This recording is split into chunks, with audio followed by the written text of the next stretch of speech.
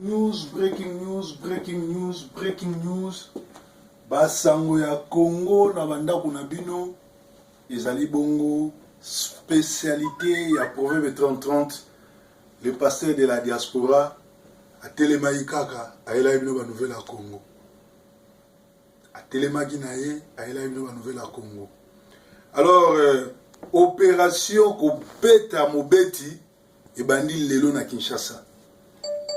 Opération ko beta mobeti ebandi lelo na Kinshasa. Bana kini balobi bao ba beta ka bato, ba police ba beta ka bato, ba ko beta malelo parce que c'est que boy ba que bras de fer ezali entre opposition au bien rassemblement ba combattant Kinshasa na armée rwandaise et occupation na Congo oyo ezali dirigé par Kabila na Kagame na Kanyama na Bisengemani.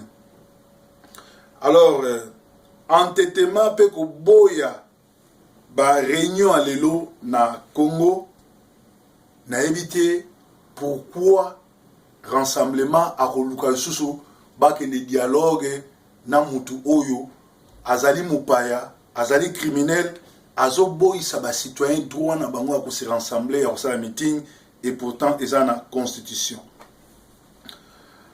Breaking news basanga Congo na banda kuna bino bozali en direct ya Sentinel TV bozo landa biso pe lisusu live na Soft 15 TV na Canada biso toza bongo na Manchester na UK na Angleterre basanga Congo na banda kuna bino en direct ya Sentinel TV.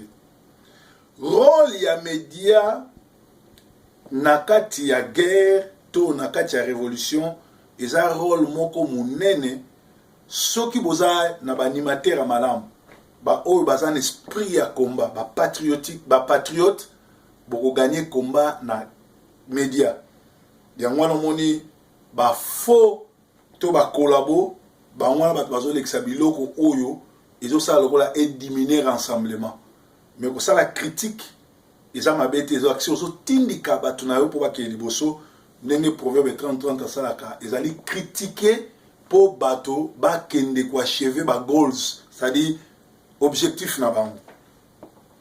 Alors bino ba internaute bolandaka ba émission oyo eza ko kumisa Kabila te ke bana bato o bazo sala ba analyse oyo ezali ko lembisa peuple. Bino mo mona muta osala émission on dirait ba tie munduki na mutu. Loba boy so lobi bote ba bomayo. O mona muta osala émission aza ko ya ko pesa négativité. Bolandaka biloko bongo te e ko diminuer posa ya combat na bino. Toza na kati ya ba émission to sala ka toza ou bien na kati ya combat toza na ba critique constructive na critique destructive. Biso Proverbe 30-30 na Sentinel TV to yaka na critique constructive. Soki na critiquer rassemblement, c'est-à-dire nazo pousser bango basala oyo fu basala. Naza moteur mabe na bango te. Même étant nazo vela honorer Ngwanda katika ba vidéo parce que honorer Ngwanda se ridiculise bato bazo zelaye na point ya ko libérer mboka. Bazo zelaye te koma muto akoleka na ba télévision ko kosaka kolobaka makamba lukuta. Donc soki azongi na nzela to komisie soki azongi na nzela te to nyati eza musala ya presse na tango ya combat. Toza na critique constructive to lobi yango bolanda bo sosola o azo critiquer rassemblement azo sala mieux pour azo critiquer pour alembisa peuple. Toza na bat muso ese bazo critiquer pour alembisa to azo critiquer pour sala mieux. Josué atindaka 12 espions na Jéricho. 10 baye na ba rapport ya mabe décourager bato. Mais Caleb boyebiye na muninga na ebaki na rapport a bien. Ba 10 wana bayoka ata comme la volonté Caleb na nefune. Ti lelo babeta liso na bon pour ba ki na rapport positif. Éveil patriotisme et koti danger na Congoman, Congolais tout à lamuki na niveau moko ba na kanda ba ko lia Kabila boso ba zué na nzoto. Et puis boula ba américain ali bakanga Kabila ba livrer na ba kinois ndenge ba livrer Kadhafi na Benghazi. Donc Kabila soki to kebité lelo toza le 5 novembre atika na 25 jours ya vie to ya okangama alors ba américain boule la bango yali ba ko livrer pas ba congolais ba lia ye ba sila na ye. Donc na RDC peuple azali décidé il y a ko sila na criminel Kabila ou ya tikali kaka na 25 jours à vie. Le 5 novembre lelo ba kino ba décider malgré les diambers qui mbuta boyi babima ba lobi ba kopima pe o tout ba kutale na nzela to ba opération beta mobeti. Alors bino ba soda no so bobima lelo bo kutana na opération beta mobeti. Kimbuta za faux gouverneur diamba melagesi mayele na constitution na biso ezo pesa opposition droit ya meeting na rassemblement mais yazo boya mo ponani. Alors eza mawami et bani mon entrée que ba criminel rwandais nde bazo boma pe bazo contrôler RDC groupe ba mafiosi organisé chaque jour Kabila azo boma ba jeune congolais na Kinshasa na Beni na Kananga na Lubumbashi na Kisangani. Alors rassemblement à ça la volonté à peuple ba boy discours ya basango normalement faut baza na attitude de paix na vision à Jésus. Jésus aya ki côté ya ba oppresseur. Jésus a kumisa ki ba oppresseur côté ya ba oppressé, a ki côté ya ba oppresseur te. Alors Jésus a ki côté ya ba pauvre. Jésus a télémela ki gouvernement pe politique ya ba romain. Ba sango baza lisusu na dialogue ya kosangisa bato te. Kabila alingaki moto botika ye alia moto ba imbele nzembo ba pekisaka moto likambo mala moko soki aboyi botika mela ameka nzoto. Basango bazobosa na ke Kabila uti ko boma basango na est na Lubumbashi na wapi pe mutande mwana azo santete ou aza congolais.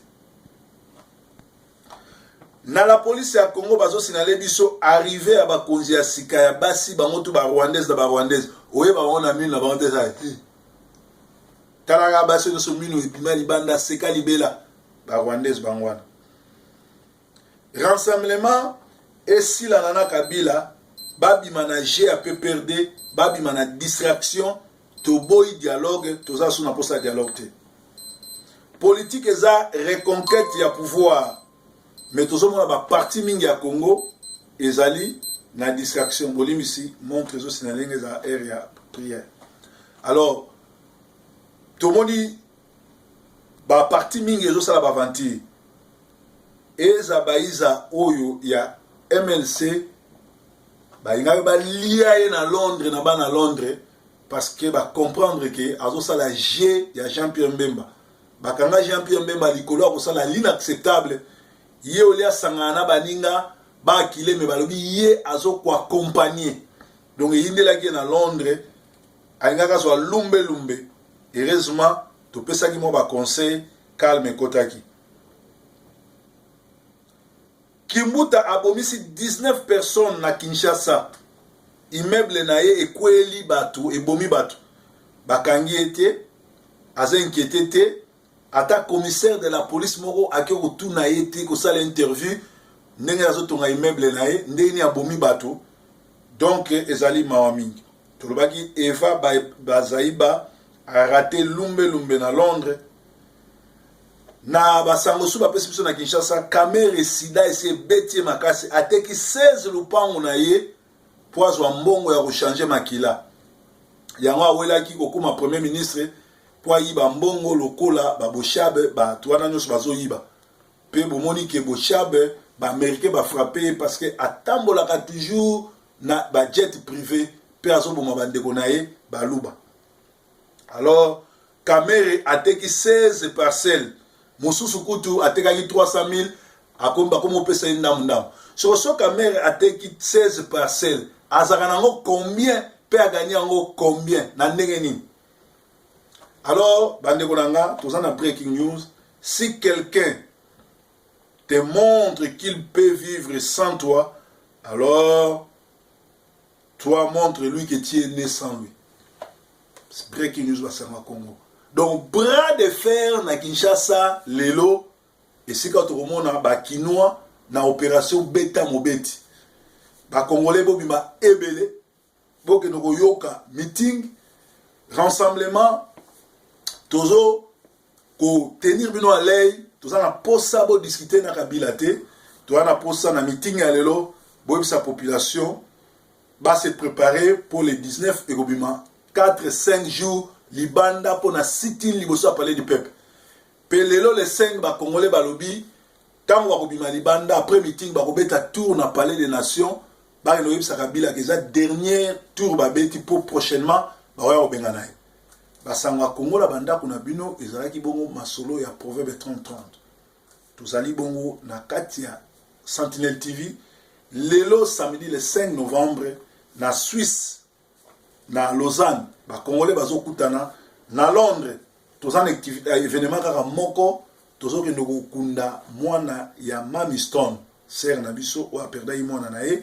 tozokende pe kokunda mwana mwasi ya kulutu JP Mongo tokutana kuna ebele biso proverbe tolongwa déjà 6h tozanja notre route pour tokutana kuna breaking news yesu nkolo